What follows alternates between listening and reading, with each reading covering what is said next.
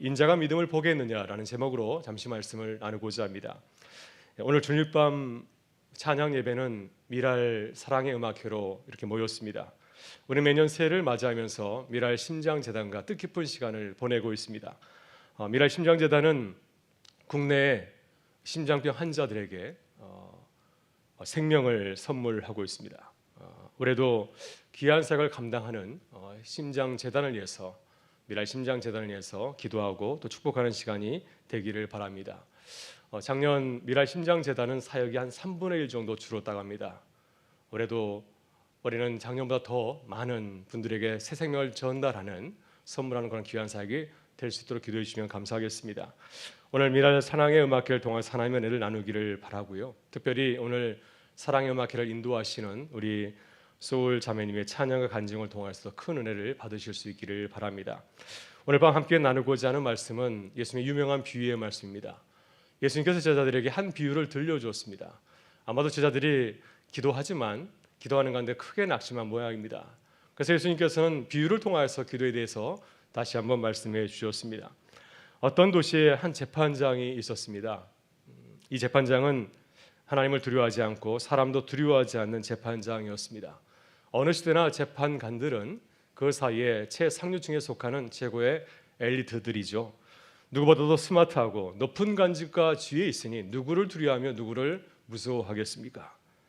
그래서 그는 자신의 소신과 원리 원칙에 따라서 엄격하게 법 집행을 하는 아주 전형적인 재판관이었습니다. 그런데 이 도시에 한 과부가 있었습니다. 이 과부가 억울한 일을 당한 모양입니다. 고대 사회에서 과부는 사회 속에서 가장 가난한 계층에 속하였습니다. 구약 성서에서 가장 가난한 이웃은 누구였나요? 객과 가부와 고아이죠.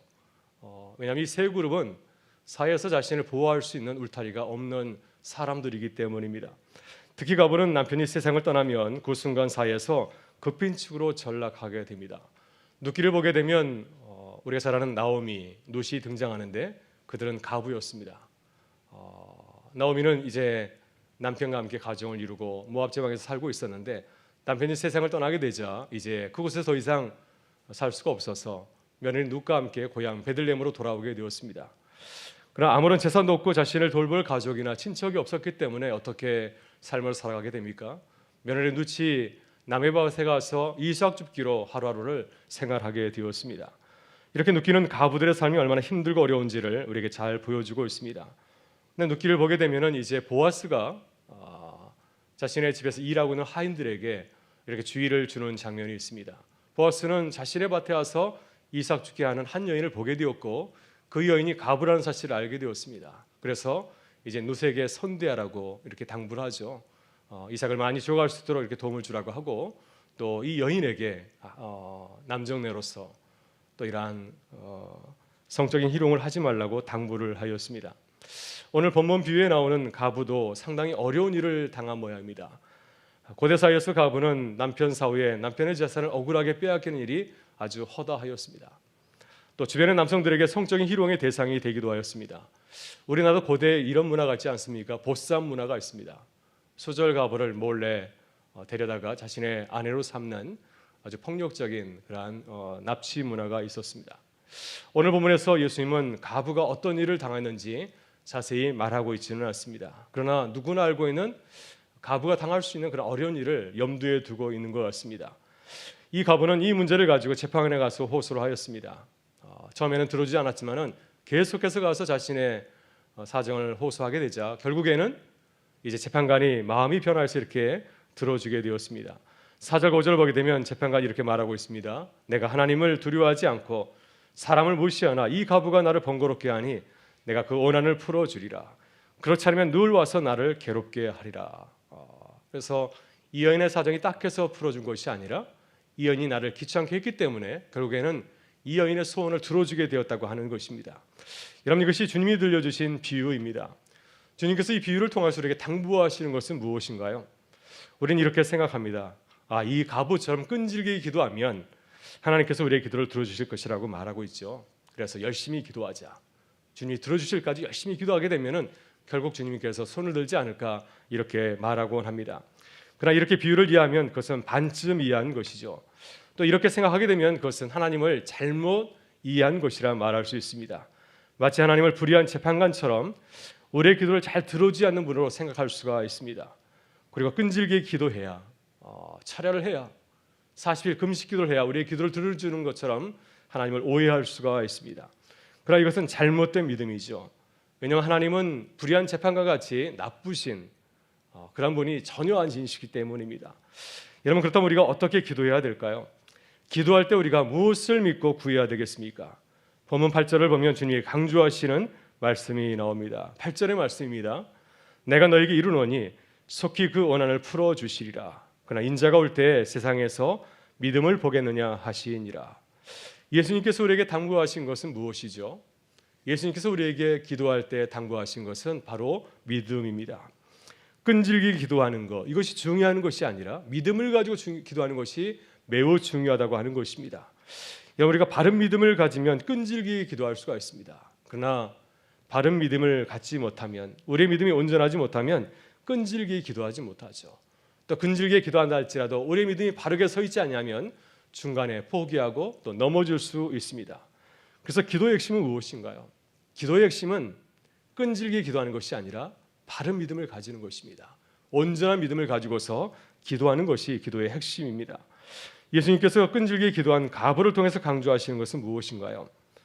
재판장을 짜증나게 할 정도로 끈질기게 기도했던 그 태도를 주님이 강조하시는 것이 아니라 주님이 주목한 것은 가브의 그 순전한 믿음입니다. 내가 재판관에게 가서 호소하면 제 재판관이 내 요청을 들어주시리라.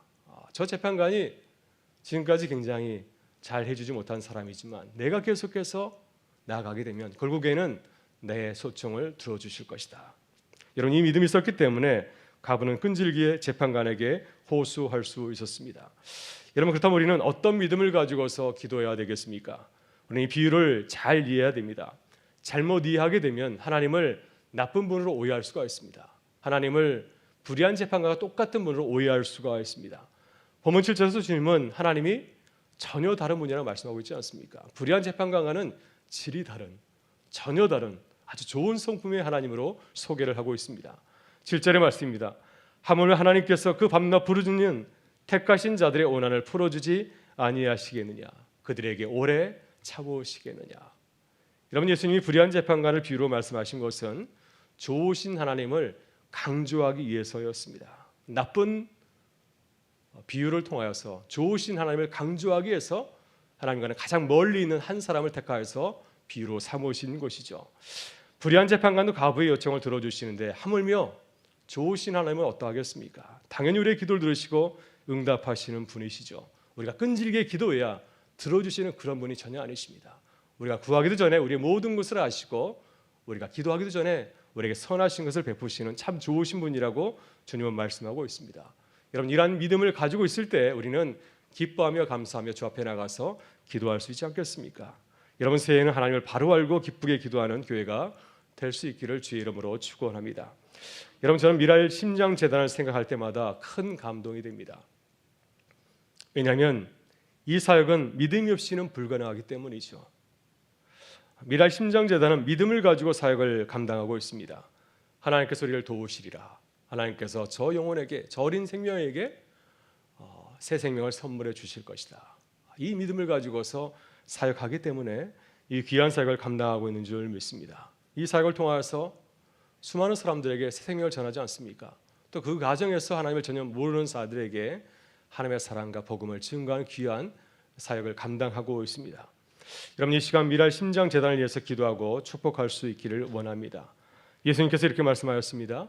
인자가 세상에서 믿음을 보겠느냐. 여러분, 이 말씀의 뜻은 무엇인가요? 세상에서 이런 믿음을 가진 자가 없다고 하는 것입니다. 수많은 그리스도인이 있지만 이런 믿음을 가지고서, 순전한 믿음을 가지고서 기도하는 자가 참으로 적다는 주님의 한탄의 말씀입니다. 많은 사람들이 믿음이 부족해서 넘어지고 있습니다. 코로나 상황에서 많은 사람들이 주님을 떠나고 있지 않습니까? 여러분, 그러나 이 미랄 심장 재단은 이 믿음을 잊지 아니하고 귀한 사역을 잘 감당할 수 있도록 계속해서 올해도 더 많은 사역을 감당할 수 있도록 기도하고 축복하는 우리 교회가 될 수 있기를 간절히 바랍니다. 여러분, 우리 교우들도 이 믿음을 가지고서 새 일을 행하는 교회가 될 수 있기를 간절히 바랍니다. 우리에게 코로나의 어려운 위기가 있습니다. 또 우리는 교회적으로 재척의 어려움을 겪고 있는 가운데 있습니다. 우리 힘으로 도저히 감당하기 어려운 일이지만 주께서 우리를 도우셔서 전국에는 승리의 길로 이끄실 줄 믿습니다. 이 믿음을 가지고서 이 믿음이 흔들리지 아니하고 끝까지 강하고 담대하게 걸어가는 주님의 새 일을 이루어가는 교회가 될 수 있기를 주의 이름으로 축원합니다. 함께 기도하겠습니다. 좋으신 우리 아버지 하나님, 새해를 맞아요 미랄 사랑의 음악회를 열어주셔서 감사합니다. 이 시간을 통하여 지난 한 해를 돌아보며 감사하는 시간이 되게 하시고 또 새해 이루실 주님의 역사를 바라보며 기뻐하고 감사하게 하여 주옵소서. 새해도 미랄 심장재단이 믿음을 가지고 생명을 살리는 사역을 잘 감당하게 하여 주옵소서. 오늘 시간 사랑의 음악회를 준비한 소울 자매님에게도 함께 하셔서 귀한 찬양으로 주님께 영광 돌리고 우리에게 큰 기쁨과 감사가 넘치게 하여 주옵소서. 모든 것 주께 감사드리오며 예수 그리스도의 이름으로 기도드리옵나이다. 아멘. 네, 이제 미랄 심장재단 사역에 대한 동영상을 함께 나누고 우리 백석주 목사님 나오셔서 미랄 심장재단 사역 보고해 주시겠습니다.